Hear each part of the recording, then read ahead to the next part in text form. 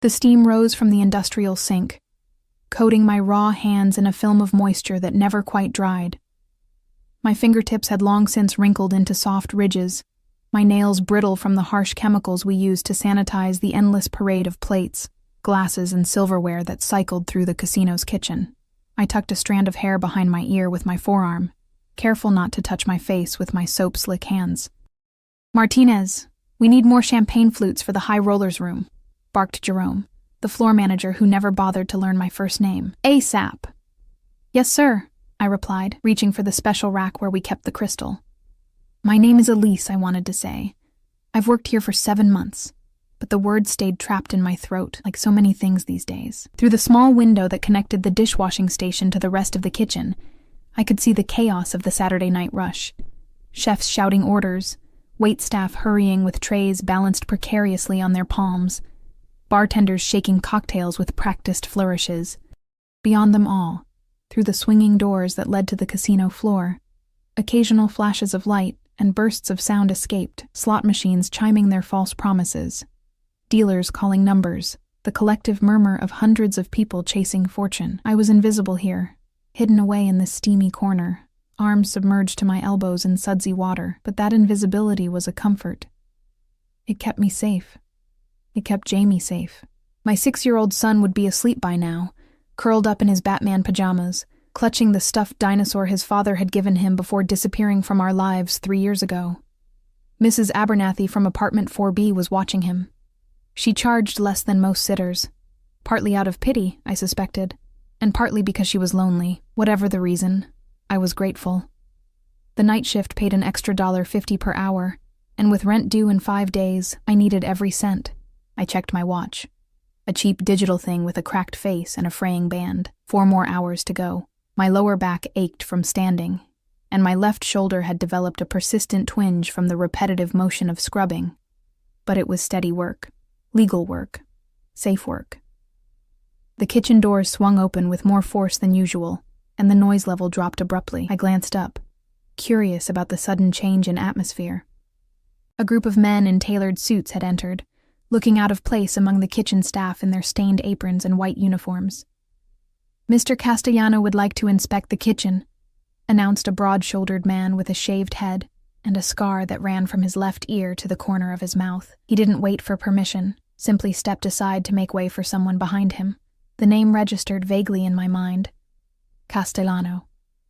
I'd heard it whispered among the staff, always with a mixture of fear and reverence. He owned the casino, or at least that's what people said. No one seemed to know for certain, and the official paperwork listed some corporate entity as the proprietor. But everyone knew who really held the power at the Royal Flush. I kept my head down, focusing on my task. The rich and powerful didn't concern themselves with people like me. I was part of the machinery, as functional and unremarkable as the dishwashers I operated. I reached for another glass, plunging it into the soapy water. That's when I felt it. A peculiar sensation, like a physical weight against my skin. I looked up, through the glass partition that separated the dishwashing station from the rest of the kitchen, and found myself caught in the gaze of a man I had never seen before. He stood perfectly still amid the bustling kitchen, his presence commanding a bubble of space around him that no one dared to enter. Tall and broad-shouldered, he wore a charcoal gray suit that looked as though it had been painted onto his frame. His hair was dark, almost black, swept back from a face that was all sharp angles and shadows, but it was his eyes that held me, pale blue, startling in their intensity, and fixed directly on me. A plate slipped from my fingers, shattering in the sink with a crash that seemed to echo in the sudden silence of my mind. The sound broke whatever strange spell had fallen over me. I hurriedly began gathering the broken pieces, mortified by my clumsiness and irrationally fearful of drawing attention. "You're bleeding," said a voice, deep and quiet, much closer than I expected. I looked up, startled to find him standing on the other side of my workstation. I hadn't heard him approach. The other men in suits had formed a loose semicircle a few paces behind him, their expressions impassive, their eyes constantly scanning the room. I glanced down at my hand and saw a thin line of red welling up from my palm, where a shard of porcelain had sliced the skin. "It's nothing," I murmured, reaching for a clean towel. He didn't respond, but his eyes hadn't left my face. They moved now, taking in the damp wisps of hair that had escaped my ponytail, the tired shadows beneath my eyes, the faded uniform that hung loose on my frame.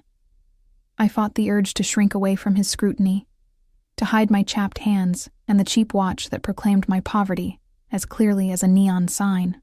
"Your name?" he asked, the question so quiet it might have been meant only for me, despite the audience of kitchen staff pretending not to watch our exchange. "Elise," I answered, surprised into honesty by the directness of his gaze. "Elise Martinez." Something flickered across his face. Recognition, perhaps, or interest, but it was gone before I could identify it. He extended his hand, not in greeting but palm up, an unmistakable command. "Let me see." I hesitated, aware of the eyes on us, of the power imbalance that yawned between us like a chasm, but there was something in his manner that made refusal seem impossible. Slowly, I placed my injured hand in his. His fingers were warm and dry against my damp skin, his touch surprisingly gentle as he examined the cut. "This needs attention," he stated. "Not a suggestion, but a fact. I have a first aid kit," offered Jerome, materializing at the man's elbow, eager to be of service. "We can take care of it right away, Mr. Castellano." So this was Castellano. The name fit him somehow, elegant and hard, with an edge of danger.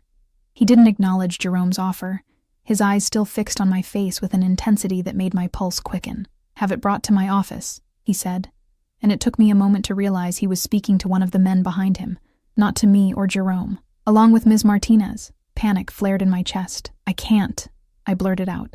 "My shift isn't over and I—" "Your shift is over," he interrupted, his tone gentle but brooking no argument. He turned to Jerome. "Ms. Martinez will be taking the rest of the night off, with pay."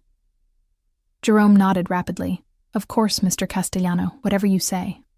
I wanted to protest further, to explain that I couldn't afford to miss even an hour of work, that I had a child waiting at home, that I didn't want to be singled out in any way. But the words died in my throat as Castellano's gaze returned to mine. "It wasn't a request," he said softly, and something in his eyes made me believe that refusing him would be more dangerous than following.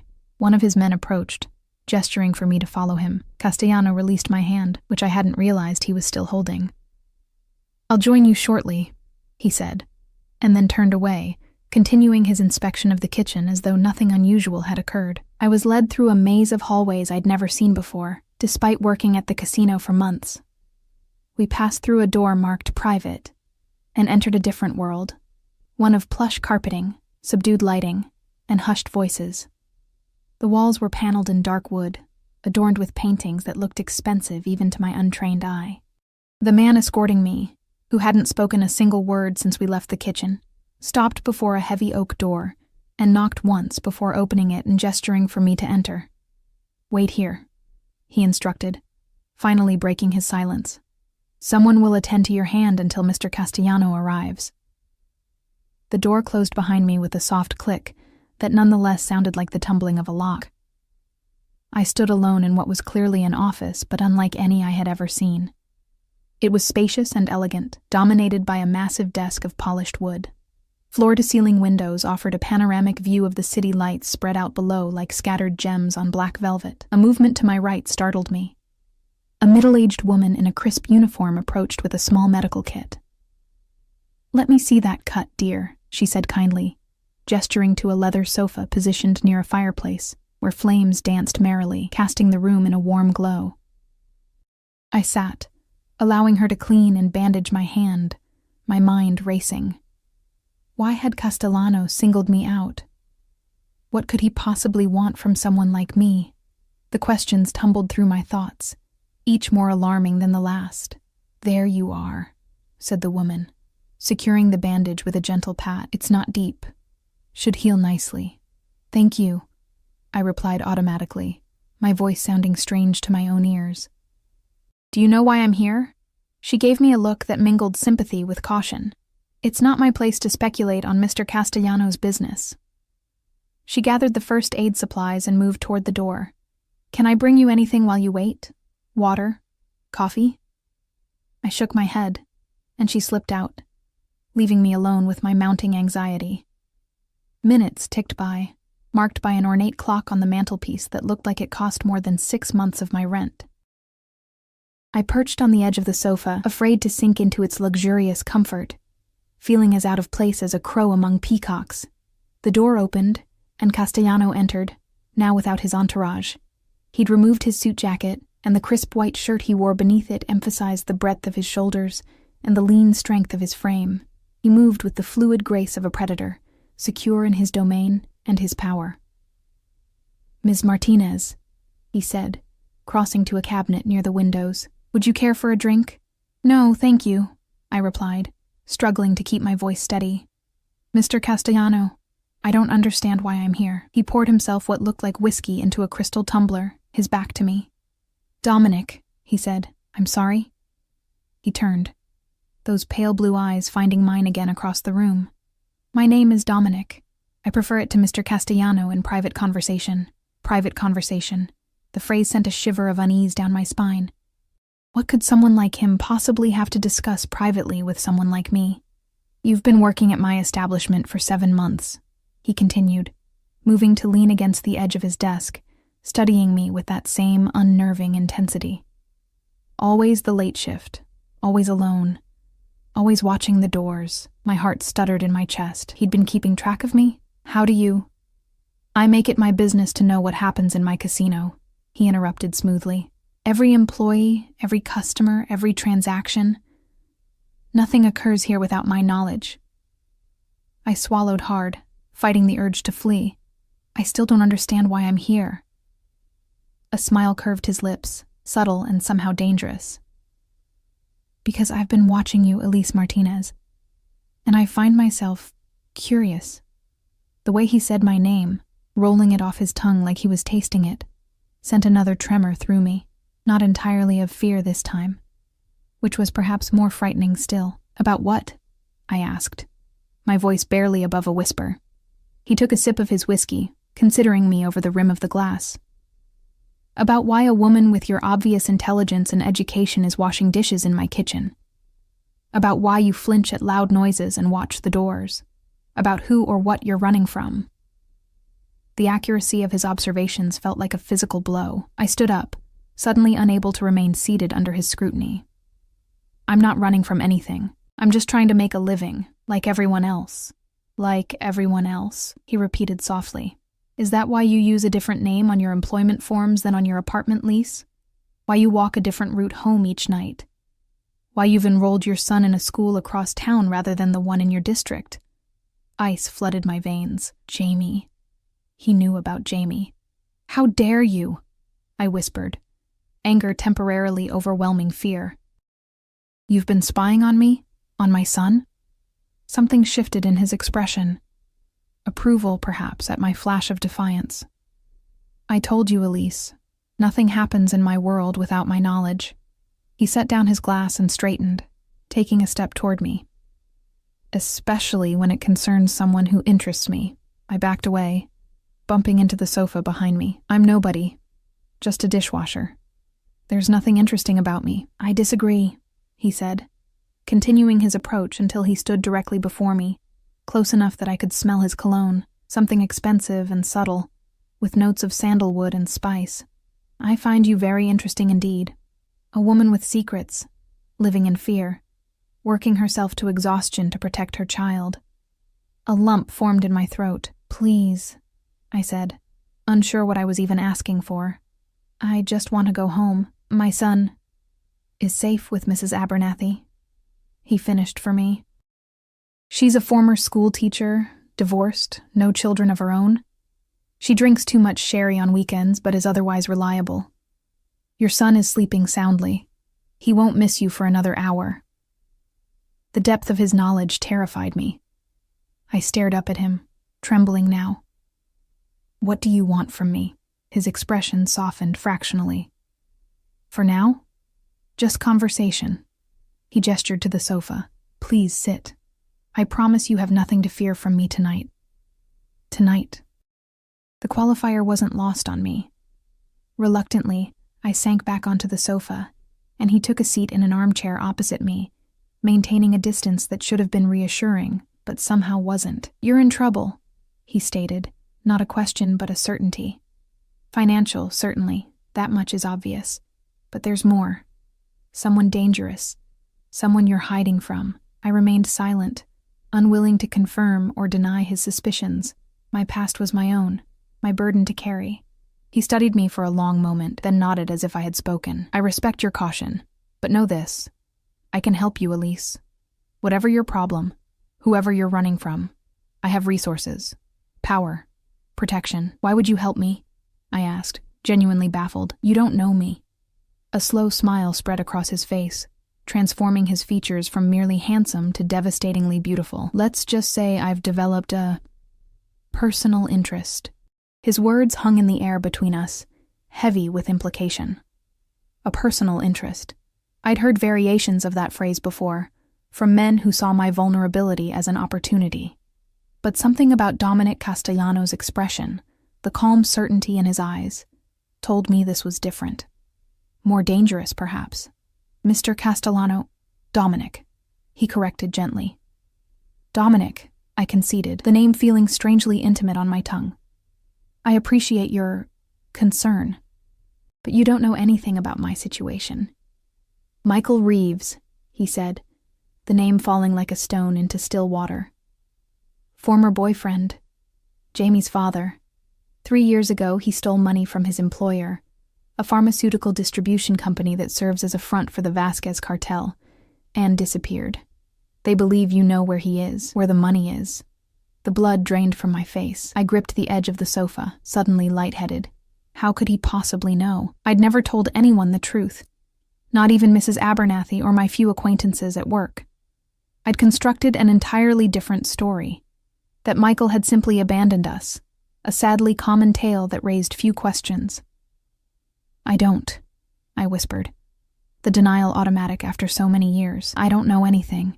Dominic leaned forward, his elbows on his knees, those pale blue eyes boring into mine. The men who came looking for you in Seattle weren't convinced, nor were the ones in Portland 3 months later. That's why you moved again. Why you're here now, working under your mother's maiden name, living in a building without security cameras, paying cash whenever possible. My throat constricted. The walls seemed to close in around me. The luxurious office suddenly as confining as a cell. How do you know all this? A slight shrug lifted his shoulders. As I said, I have resources. He rose and moved to the windows, looking out over the glittering city. The Vasquez organization has been trying to expand into my territory for the past year. They're careless, brutal. They lack finesse. I said nothing, trying to process the implications of his words. Territory. His territory. The rumors about Dominic Castellano suddenly crystallized into certainty. You're not just a businessman, I said quietly. He turned, a faint smile playing at the corners of his mouth. I'm many things, Elise. A businessman is certainly one of them. You're like them, I continued, the truth dawning with terrifying clarity. The people Michael stole from, you're the same. Something hardened in his expression. I am nothing like them, he said, his voice dropping to a dangerous softness. The Vasquez cartel butchers innocents to send messages. They traffic children. They poison communities with impure products cut with lethal chemicals. He shook his head once, decisive. No, we are not the same. The distinction seemed academic to me. One criminal organization versus another. Different methods, perhaps, but the same fundamental disregard for law and morality. I should go, I said, rising on unsteady legs. Thank you for attending to my hand, and for the information. But I need to get home to my son. He made no move to stop me, watching with that unsettling intensity as I edged toward the door. The Vasquez cartel has traced you to Las Vegas, he said quietly. They have people at the airport, the bus station. They're methodically searching every hotel, restaurant, and casino in the city. I froze, my hand on the doorknob. How do you know that? I told you. I have resources. He moved closer, his steps silent on the plush carpet. It's only a matter of time before they find you, Elise. Days, at most. Terror clawed at my chest, making it difficult to breathe. After 3 years of running, of constantly looking over my shoulder, of waking in the night drenched in sweat from nightmares where Jamie was taken from me. To hear that they were close again was almost more than I could bear. "I'll leave tonight," I said, mind already racing through the meager options available to me. I had a small emergency fund hidden in my apartment, barely enough for bus tickets and a few days' expenses. We could go to Reno, or maybe Salt Lake City. Start over again. Another name, another dingy apartment, another job where I was invisible. "Running won't save you this time," Dominic said, now standing close enough that I could feel the heat radiating from his body. "They're better organized than before, more desperate. The man Michael stole from has lost standing within the organization. He needs to recover the money, or make an example of those he believes helped hide it." I looked up at him, searching his face for any sign of deception. "Why are you telling me this? What do you want?" His expression remained unreadable. "I told you. I can help you." "Why would you?" I pressed, suspicion overriding fear. "What's in it for you?" A flicker of something, approval perhaps, crossed his features. "Smart girl," he murmured. "Nothing in this world comes without a price, does it?" He reached out, slowly enough that I could have moved away if I chose, and brushed a strand of damp hair from my face. "Let's just say I have my reasons." His touch, brief as it was, sent an electric current through my skin. I stepped back, unsettled by my body's betrayal. "That's not an answer.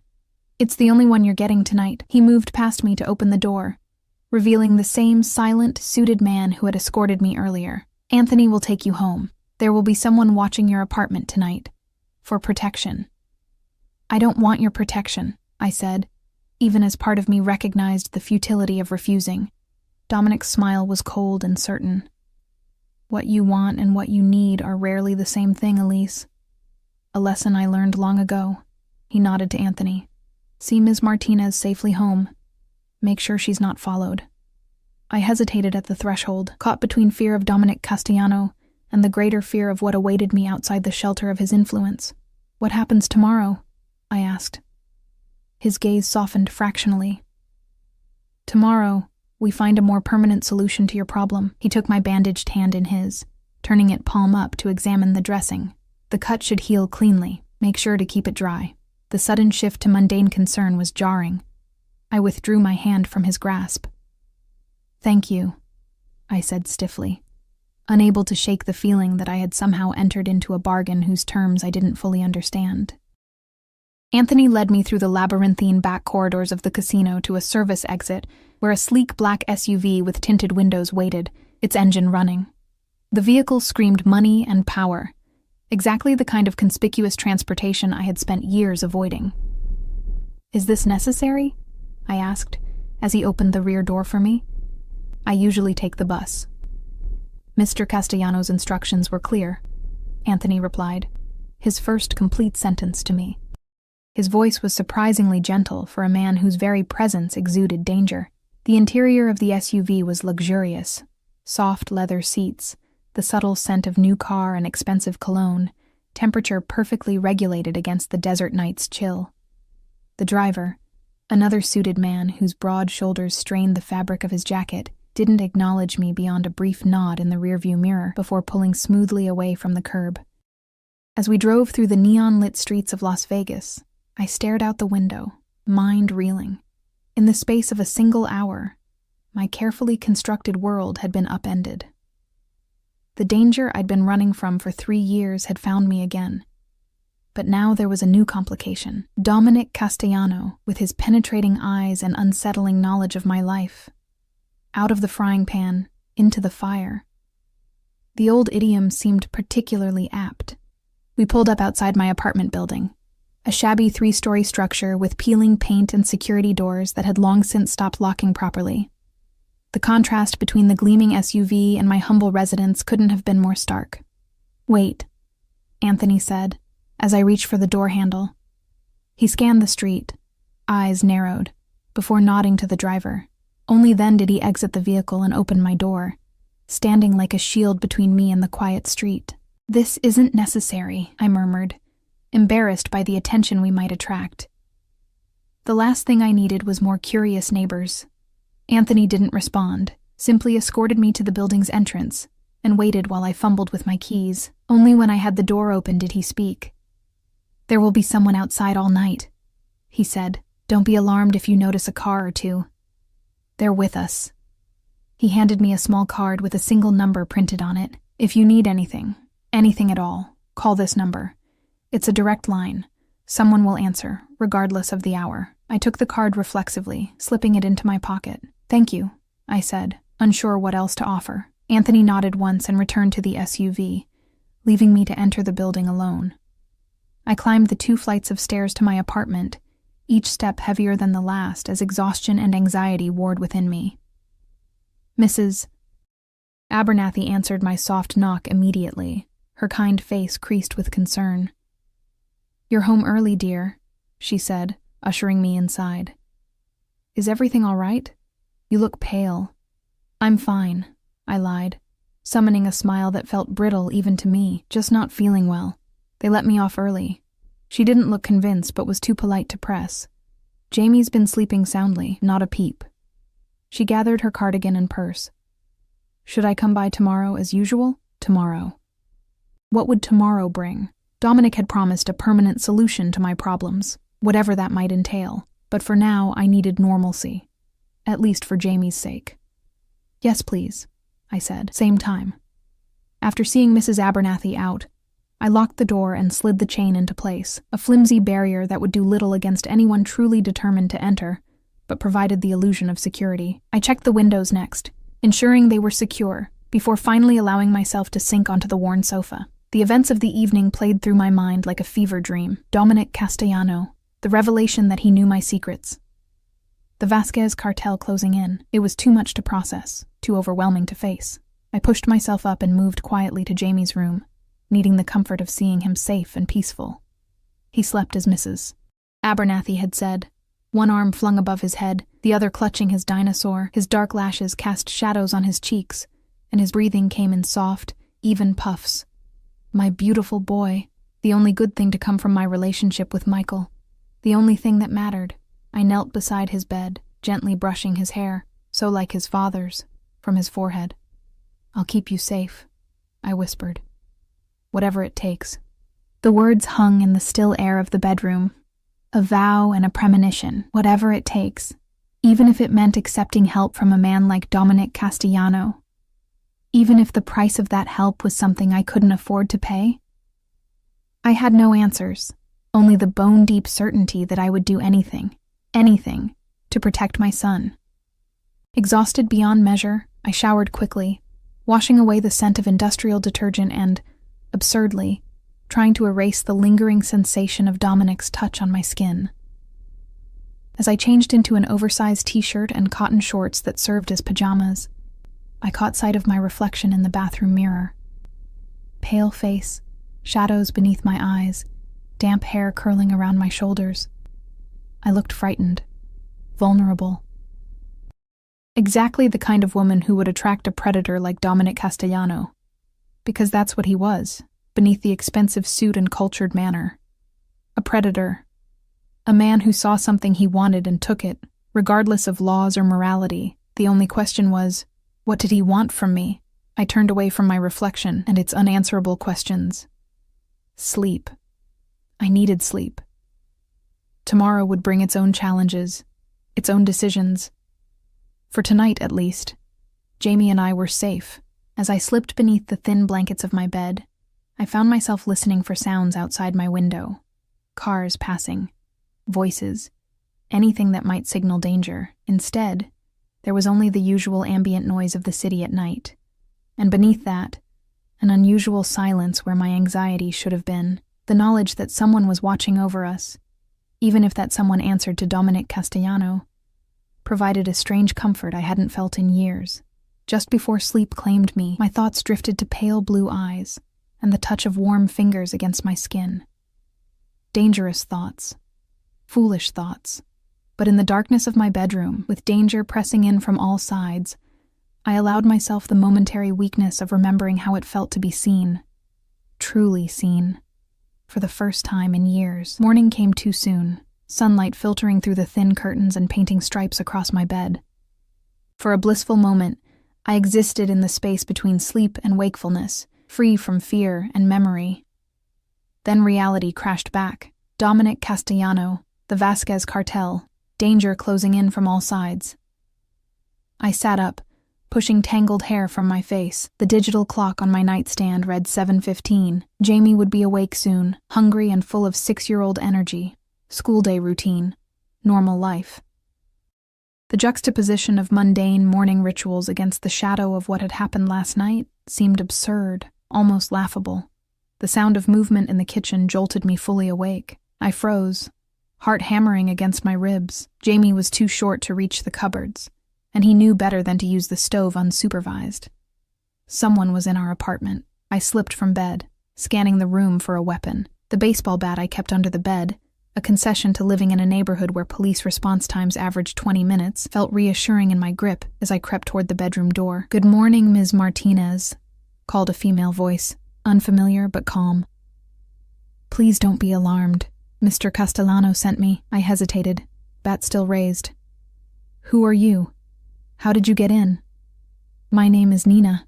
I'm here to help with your son while you and Mr. Castellano handle your situation." As for how I got in, there was a pause, and I could almost hear the shrug in her voice. Locks aren't really an obstacle in my line of work. I lowered the bat slightly and peered around the doorframe. A woman stood in my kitchen, arranging what appeared to be fresh pastries on a plate. She was tall and athletically built, with dark hair pulled into a severe ponytail. Despite her casual clothing, jeans and a simple blouse, there was nothing casual about her watchful posture or the alert eyes that assessed me from across the room. "Mr. Castellano had no right to send anyone into my home," I said, clinging to indignation because it was preferable to fear. "Especially not around my son." Nina's expression remained neutral. "Your security concerns outweigh conventional etiquette, Mr. Castellano has information suggesting the Vasquez people have narrowed their search. This building is being watched, not just by us." She gestured to the plate of pastries. "I brought breakfast. There's coffee too. Mr. Castellano will be here at 9 to discuss your options." The matter-of-fact way she delivered this information, as though armed criminals watching my apartment and mafia bosses scheduling morning meetings were perfectly normal, left me momentarily speechless. "Mommy?" Jamie's sleepy voice came from behind me. I turned to find him rubbing his eyes, dinosaur clutched to his chest.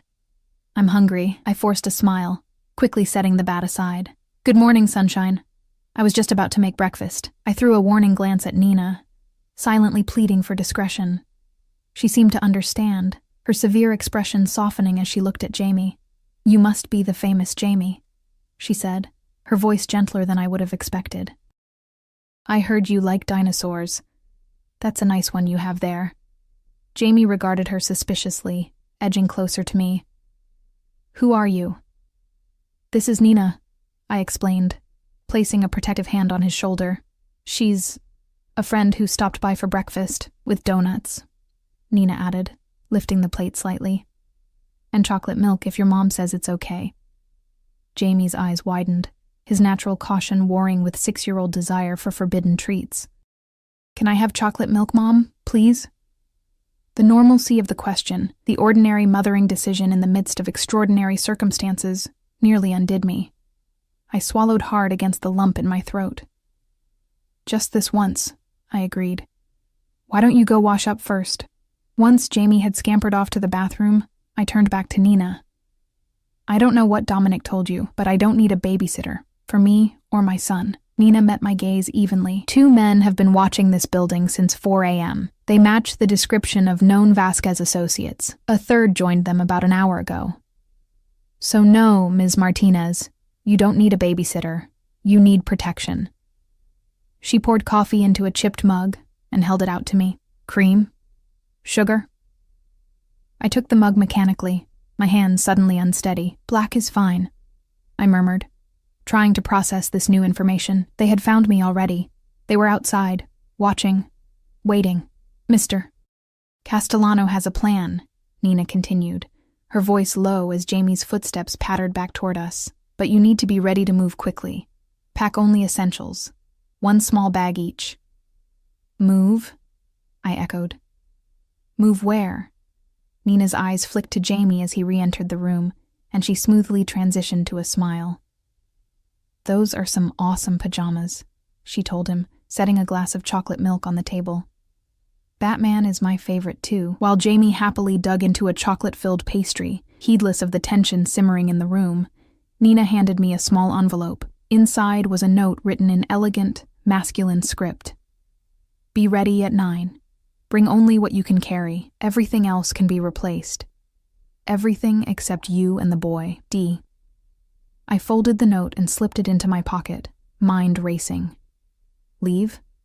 Today, with Dominic Castellano? The idea seemed ludicrous, dangerous in ways I couldn't even fully articulate. And yet, what choice did I have? The Vasquez cartel had found me, again. And this time, they were closer than ever. "I need to get Jamie ready for school," I said, more to myself than to Nina. She shook her head once, decisive. "No school today. It's not safe." Jamie looked up, face smeared with chocolate.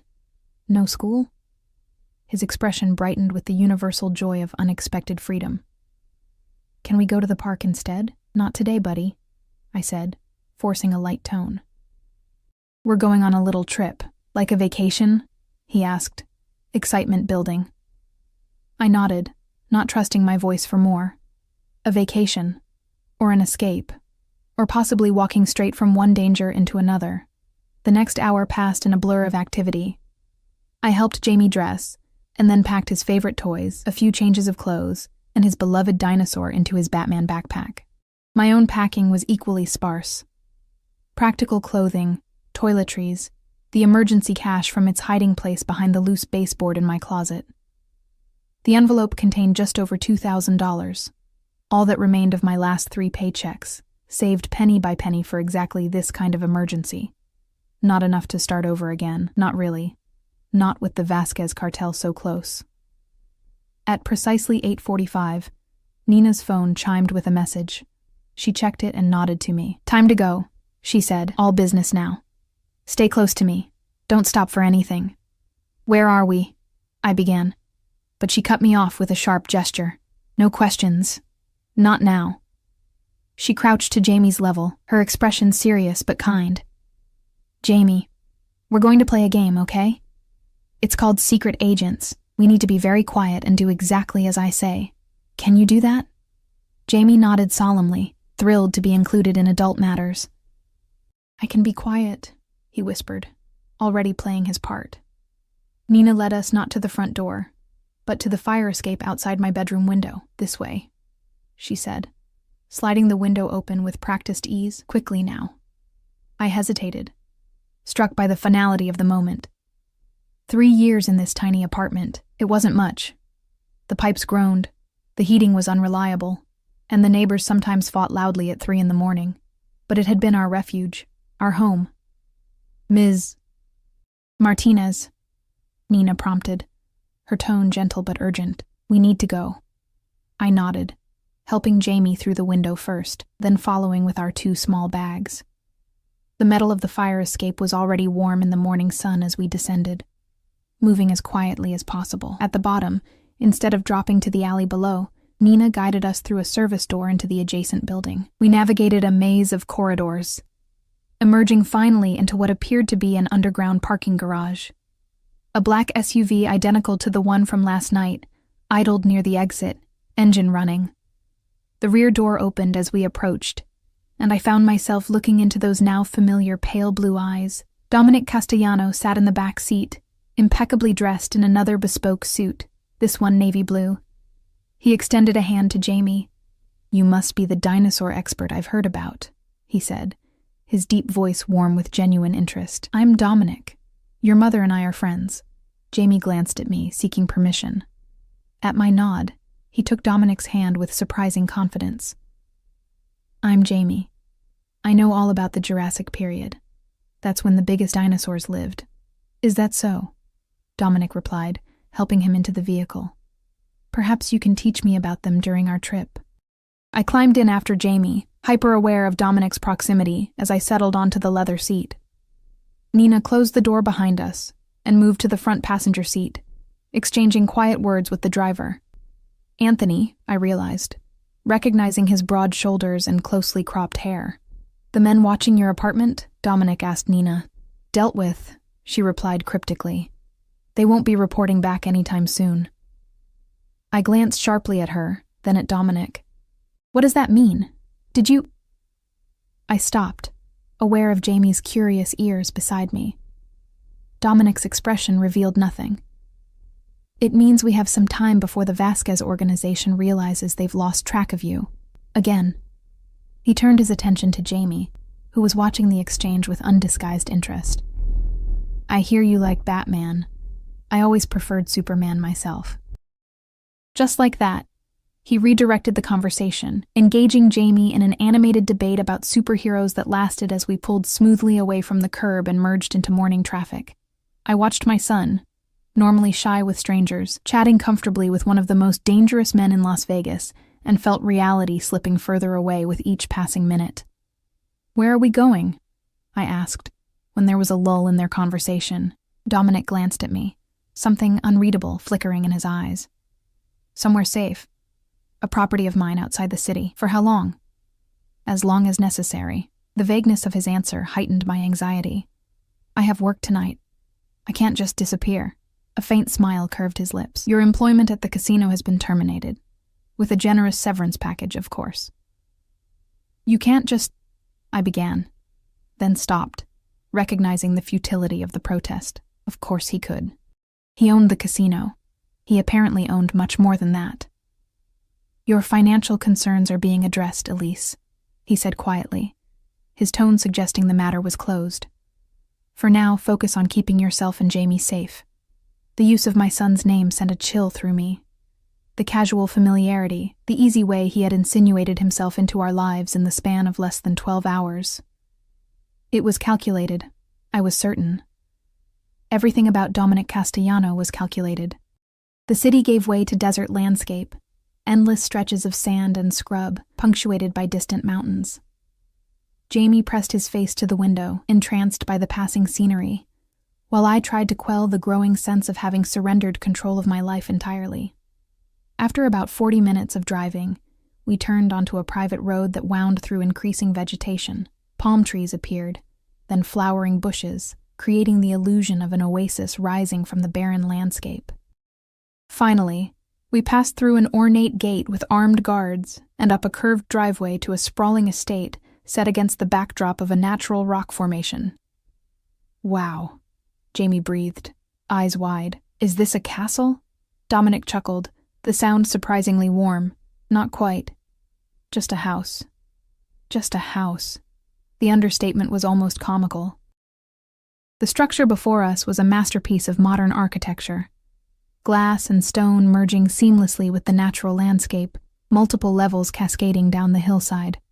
A glimpse of blue suggesting a pool somewhere beyond. As the SUV came to a stop in the circular drive, a staff member appeared to open the door. Dominic exited first, then turned to help Jamie down. I followed, legs stiff from tension more than the drive. "Welcome to Las Sombras," Dominic said, his hand coming to rest lightly at the small of my back as he guided us toward the entrance. The touch was proprietary, intimate in a way that should have offended me, but instead sent a confusing shiver up my spine. The interior of the house was as impressive as its exterior. Soaring ceilings, museum-quality art, furnishings that managed to be both luxurious and comfortable. A wall of windows offered a panoramic view of the desert valley below. The city a distant shimmer on the horizon. "Maria will show you to your rooms," Dominic said, gesturing to a middle-aged woman with a kind face who had appeared silently at his side. "I've taken the liberty of having some appropriate clothing and necessities provided, but if there's anything specific you need, please don't hesitate to ask." "Can I have a dinosaur book?" Jamie piped up, apparently deciding that this strange man who lived in a palace might be able to grant wishes. Dominic smiled, a genuine expression that transformed his severe features. "I believe that can be arranged. In fact, I may have something even better." He looked to Maria. "Please show Jamie the library after he's settled. I think he'll find the natural history collection particularly interesting." As Maria led an excited Jamie toward what appeared to be the east wing of the house, Dominic turned his attention fully to me. The warmth he had shown my son vanished, replaced by that penetrating intensity that made me feel stripped bare. "We need to talk," he said simply. "My study. 1 hour." He glanced at his watch, a subtle dismissal. "I'll leave you to get settled." Before I could respond, he turned and strode away, leaving me alone in the vast entryway, a prisoner in a gilded cage I hadn't agreed to enter. I followed Maria through corridors adorned with artwork that probably cost more than I'd earn in several lifetimes. The house was a study in tasteful opulence. Nothing gaudy or ostentatious, yet every detail spoke of wealth and power. The kind of place that made you acutely aware of your own shabby clothes and calloused hands. "Here we are," Maria said, stopping before a door of rich, dark wood. "Mr. Castellano thought you might prefer to be near your son." She opened the door to reveal a suite that was larger than my entire apartment. Sunlight streamed through floor-to-ceiling windows, illuminating a sitting area with elegant furniture arranged around a fireplace. Beyond that, I glimpsed a bedroom with a king-sized bed draped in crisp white linens. The entire space was decorated in soothing shades of cream and pale blue, the latter an unsettling echo of Dominic's eyes. "Your son's room connects through here," Maria continued, moving to a door on the right. She opened it to show a smaller bedroom, already set up with toys and books that would delight any child. Jamie was bouncing on the bed, his earlier wariness completely forgotten. "Mom, look at these dinosaurs!" he exclaimed, pointing to a collection of detailed models arranged on a shelf. "And there are books, and a TV." His joy was infectious, momentarily cutting through my anxiety. At least he wasn't frightened. To him, this was just an exciting adventure, a vacation in a fancy house with new toys. The innocence of his perspective made my chest ache. "It's wonderful, sweetheart," I managed, forcing a smile. "But remember what we said about jumping on beds that aren't ours?" He stopped immediately, looking sheepish. "Sorry." Maria smiled kindly. "It's quite all right. The bed is sturdy." She turned to me. "The bathroom is through there," she said, pointing to another door. "Fresh clothes are in the closets. Mr. Castellano instructed me to tell you that everything here is for your use. If you need anything at all, just pick up the house phone and dial 0. She moved toward the exit, then paused. "Lunch will be served in the family dining room at noon, but I can bring something here if you prefer." Her eyes held a hint of sympathy, as though she understood my discomfort. "Thank you," I said, "but I think we'll come down. Jamie would probably enjoy exploring."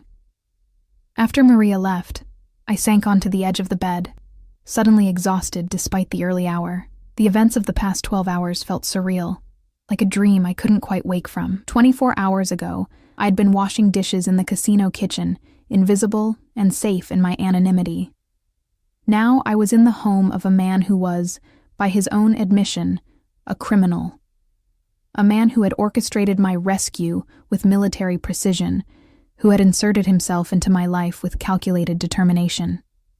A man who wanted something from me, though what that might be remained unclear. I glanced at my watch. 45 minutes until my meeting with Dominic. Time to freshen up and gather my thoughts. I needed clarity, needed to understand exactly what I'd gotten myself and Jamie into. The bathroom was a marvel of marble and glass, with a shower large enough for 4 people and a soaking tub positioned to take advantage of the desert view. The vanity held an array of expensive toiletries, all new, all clearly purchased with a woman in mind. The level of preparation was both impressive and disturbing. How long had Dominic been planning this? How long had he been watching me? I showered quickly, the hot water washing away the lingering scent of industrial detergent from the night before. Wrapped in a plush robe I found hanging on the door, I ventured into the walk-in closet and stopped short. Rows of clothing hung neatly, all in my size, casual wear, dresses, even nightwear. Shoes lined the bottom shelves, again in my exact size. The intimacy of it, the knowledge that Dominic had learned such personal details about me, sent a chill down my spine. I selected a simple sundress and sandals, avoiding the more revealing options. As I dressed, I caught sight of my reflection in the full-length mirror. The woman looking back at me was a stranger. Clean, well-dressed, standing in luxurious surroundings. But her eyes held the same fear, the same wariness that had been my constant companion for 3 years. After checking on Jamie, who was contentedly arranging dinosaur figures on the floor of his room under Maria's watchful eye, I made my way back through the house. I had been so distracted earlier that I hadn't paid attention to the route, but something, instinct, perhaps, or simply the pull of inevitability, led me to a heavy door that I somehow knew belonged to Dominic's study. I knocked once, a surprisingly assertive sound in the quiet hallway. "Enter," came his voice, that deep timbre that seemed to resonate in my bones. Dominic sat behind a massive desk, focused on something on the computer screen before him. He looked up as I entered, and something flickered in his expression, appreciation perhaps, or satisfaction at seeing me in clothes he had chosen. He rose in a fluid movement, buttoning his suit jacket in a gesture that spoke of ingrained manners. "Elise," he said, my name soft on his tongue. "Please, sit." He gestured to a seating area near the windows, where a tea service had been arranged on a low table. I took a seat on one of the leather armchairs, perching on the edge rather than allowing myself to sink into its comfort. "I want to know what's happening," I said, determined to maintain whatever small control I could. "All of it. Why you brought us here. What you want from me. How you know so much about the Vasquez cartel and Michael." Dominic poured tea into delicate china cups, his movements precise. "Direct questions. I appreciate that." He handed me a cup, his fingers brushing mine briefly. "Sugar?"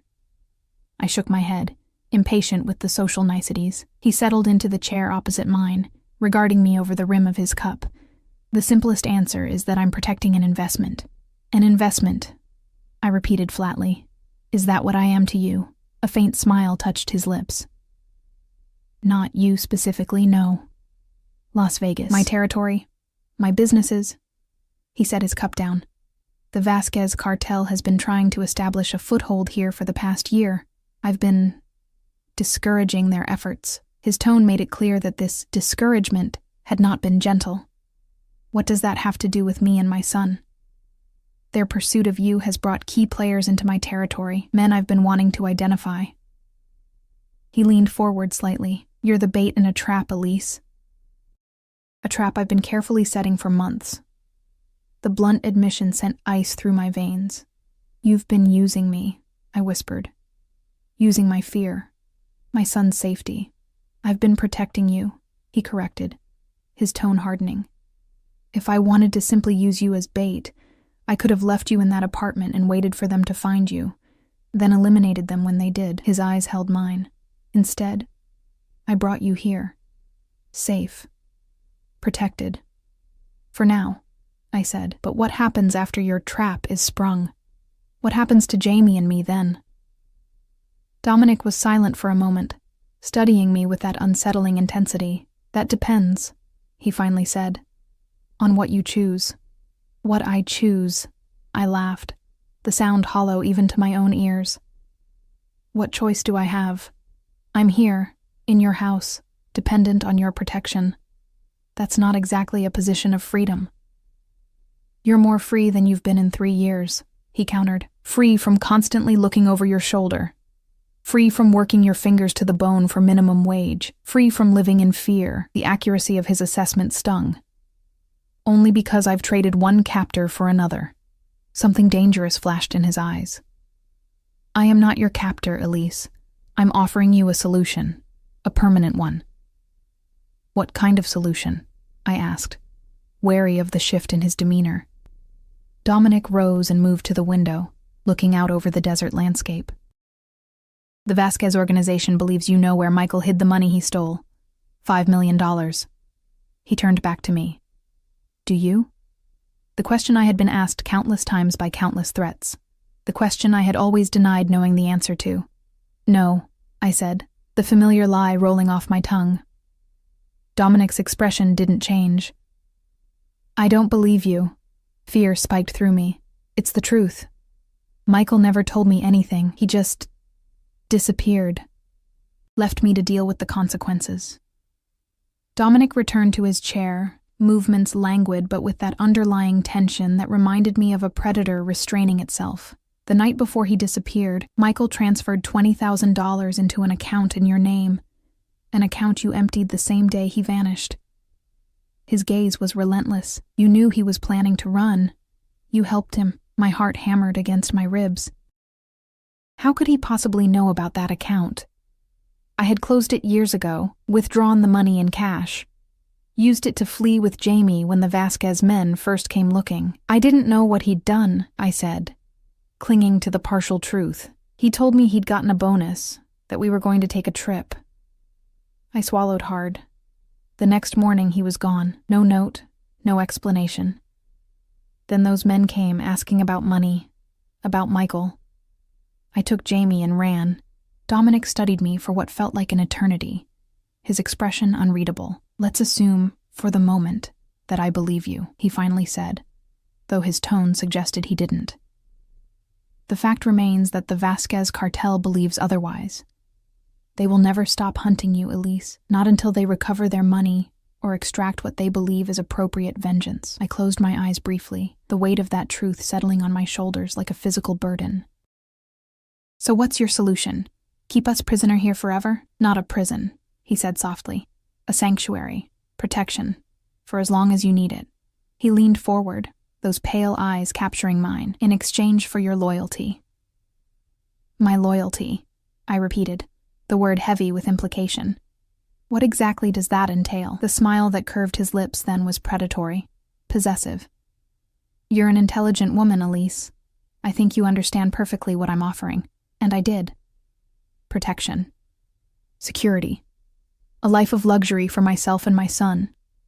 All in exchange for becoming Dominic Castellanos. What? Mistress? Property? And if I refuse? I asked, voice barely above a whisper. "I would never force you to stay," he said, and I almost believed him. "But I wouldn't recommend leaving either. Not with the Vasquez cartel still hunting you."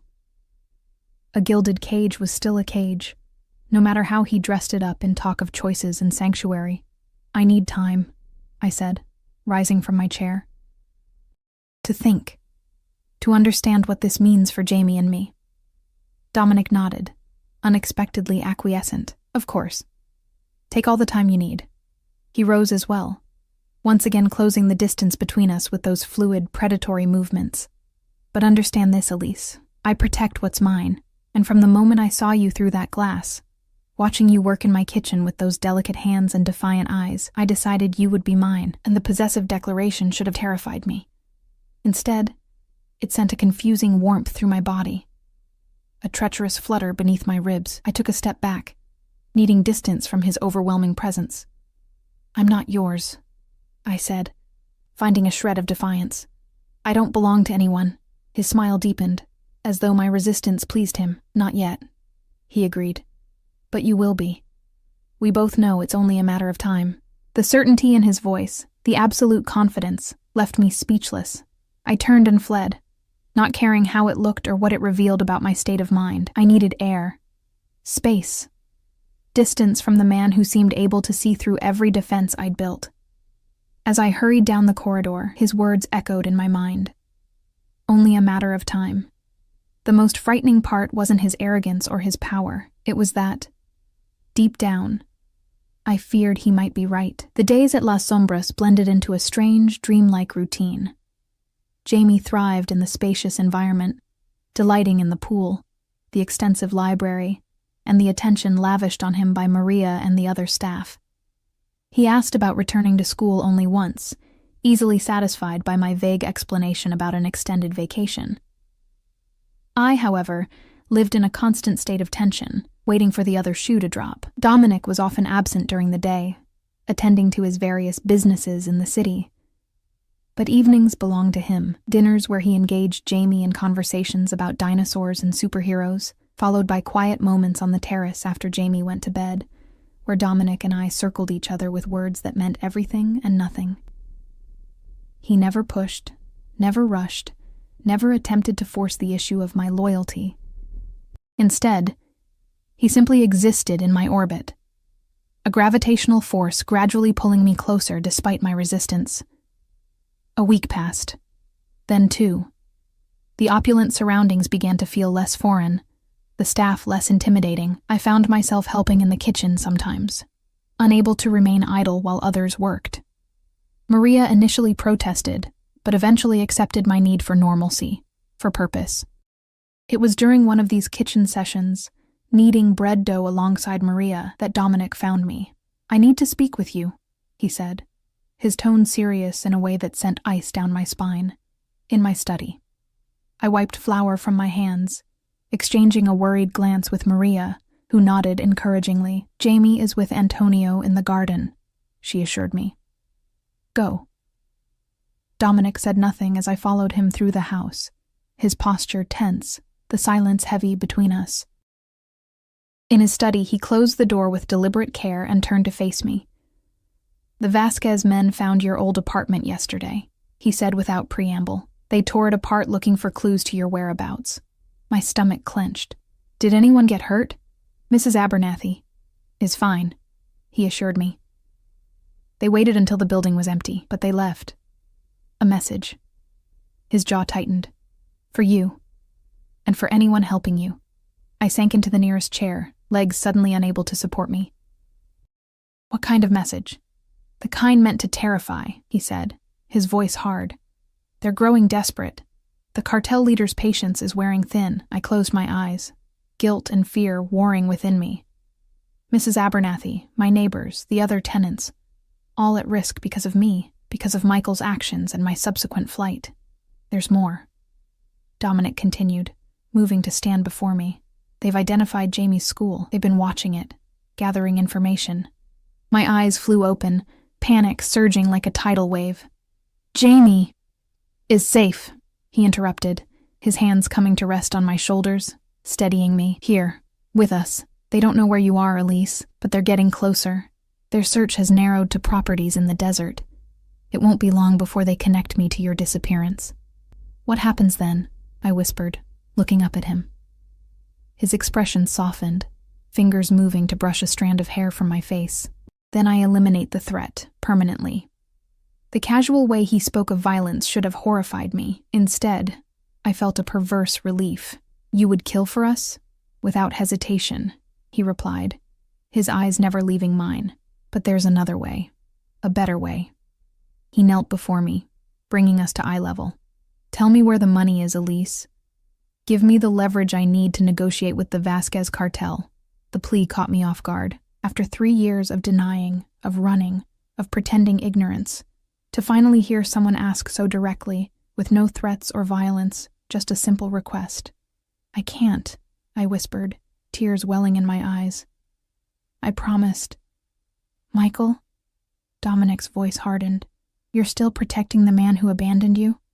Who left you to face the consequences of his actions alone?" I shook my head, a tear spilling down my cheek. "Not Michael. Myself. I promised myself I would never let anyone use that money. It's blood money. Tainted." I drew a shaky breath. People died because of it. I couldn't live with myself if I spent a single dollar. Understanding dawned in his eyes. "You know where it is. You've always known." I nodded, the admission like a weight lifting from my chest. "Michael told me the night before he disappeared. He was drunk, bragging about how clever he'd been, how he'd hidden it where no one would think to look." Another tear fell. "The next morning he was gone. I don't know if he was killed or if he just ran, left us behind as a diversion." Dominic's hands tightened on my shoulders. "Where, Elise? Where did he hide it?" The question hung between us, the final barrier, the last secret. "If I tell you," I said slowly, "what happens then? To Jamie and me?" His gaze softened, one hand moving to cup my cheek. "Whatever you want to happen. Stay, go. Your choice, freely made." I searched his face for deception, and found none. Only that intense focus, that unwavering attention that had unnerved me from the beginning. "You would let us go? Just like that?" "No," he admitted, brutally honest. "I don't want to let you go. I want you here, with me. Both of you." His thumb traced my lower lip, the touch electric. "But I won't keep you against your will. That's not what I want." "What do you want?" I asked, my voice barely audible. His eyes darkened. "Everything, Elise, every part of you. Freely given." The raw desire in his voice sent heat pooling low in my abdomen. 3 years of fear and running, of denying myself any human connection beyond my son, 3 years of loneliness, and now this man, dangerous, powerful, undeniably compelling, offering sanctuary, security, passion. The Trenton National Cemetery, I whispered, the words escaping before I could reconsider. Michael's grandfather's grave. He hollowed out the headstone and sealed the money inside a waterproof container. A bitter laugh escaped me. He thought it was poetic. Money buried with the dead stays buried. That's what he said. Dominic stared at me for a long moment, surprise evident in his expression. Of all the places, he shook his head slightly, desecrating his own family's grave.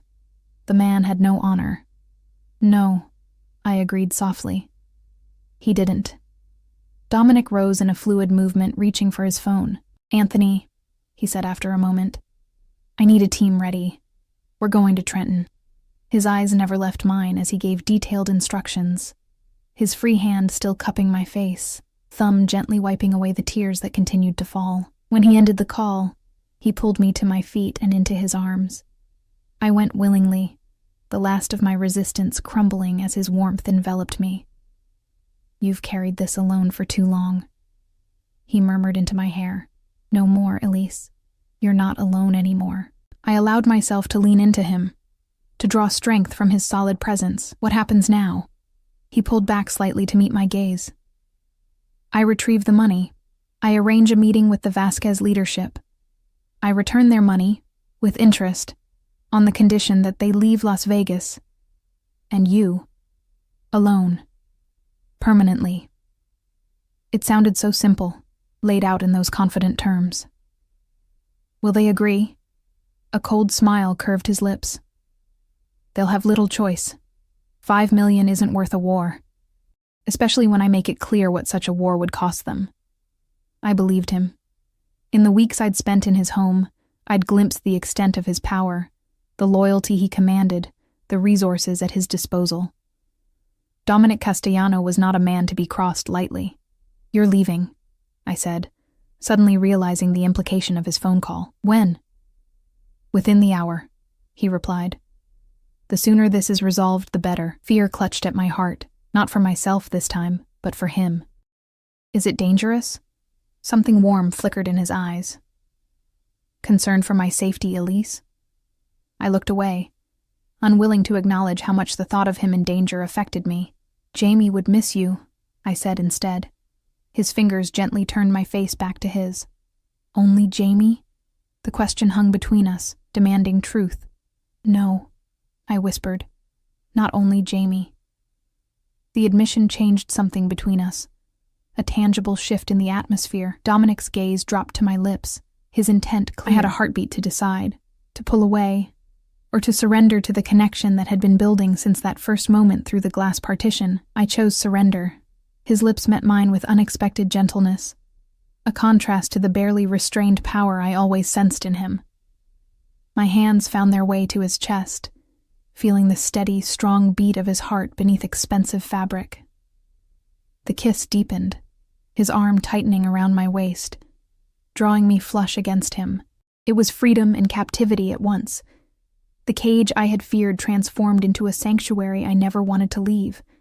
When we finally parted, both breathing heavily, his forehead rested against mine.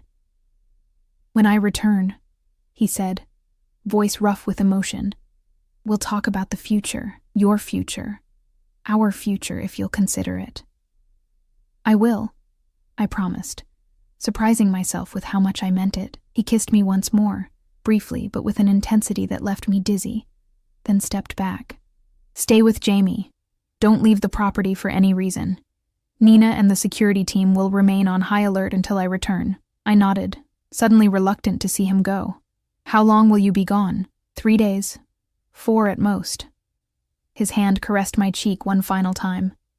Wait for me, Elise. It wasn't a command but a request.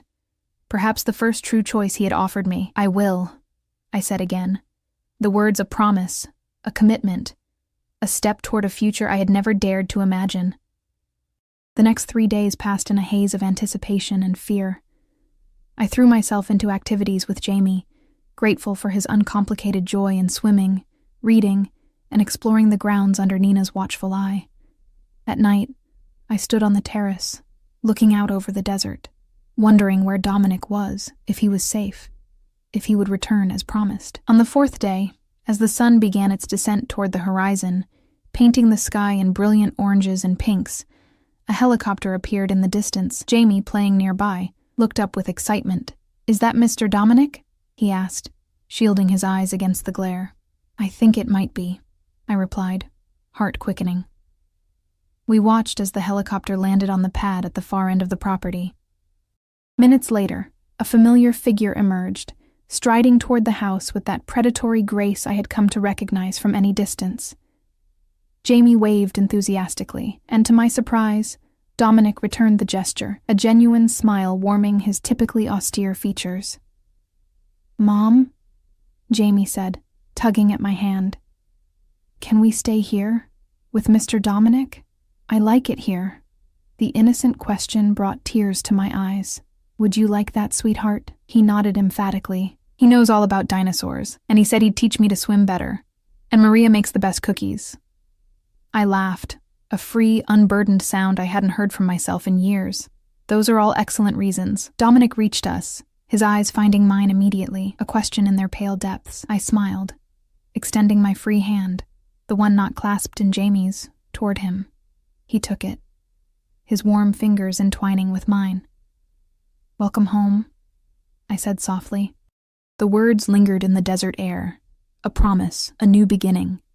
The fear that had been my constant companion for 3 long years began to dissolve, replaced by something warm and hopeful. Not safety exactly. Life with Dominic Castellano would never be entirely safe. But protection. Belonging. Perhaps in time. Love. He raised our joined hands to his lips, pressing a kiss to my knuckles. "It's done," he said simply. "The Vasquez cartel has agreed to my terms. You're free, Elise. Truly free, for the first time in years. Free." The word echoed in my mind as I looked from Dominic to Jamie, who was bouncing excitedly beside me, eager to share his latest dinosaur discoveries. "We have a lot to talk about," I said, suddenly shy despite everything we'd shared. Dominic's smile deepened, a promise in his eyes that sent heat coursing through me. "We have all the time in the world," he assured me, his thumb tracing circles on my palm. All the time in the world. And for the first time in 3 years, I believed in tomorrow.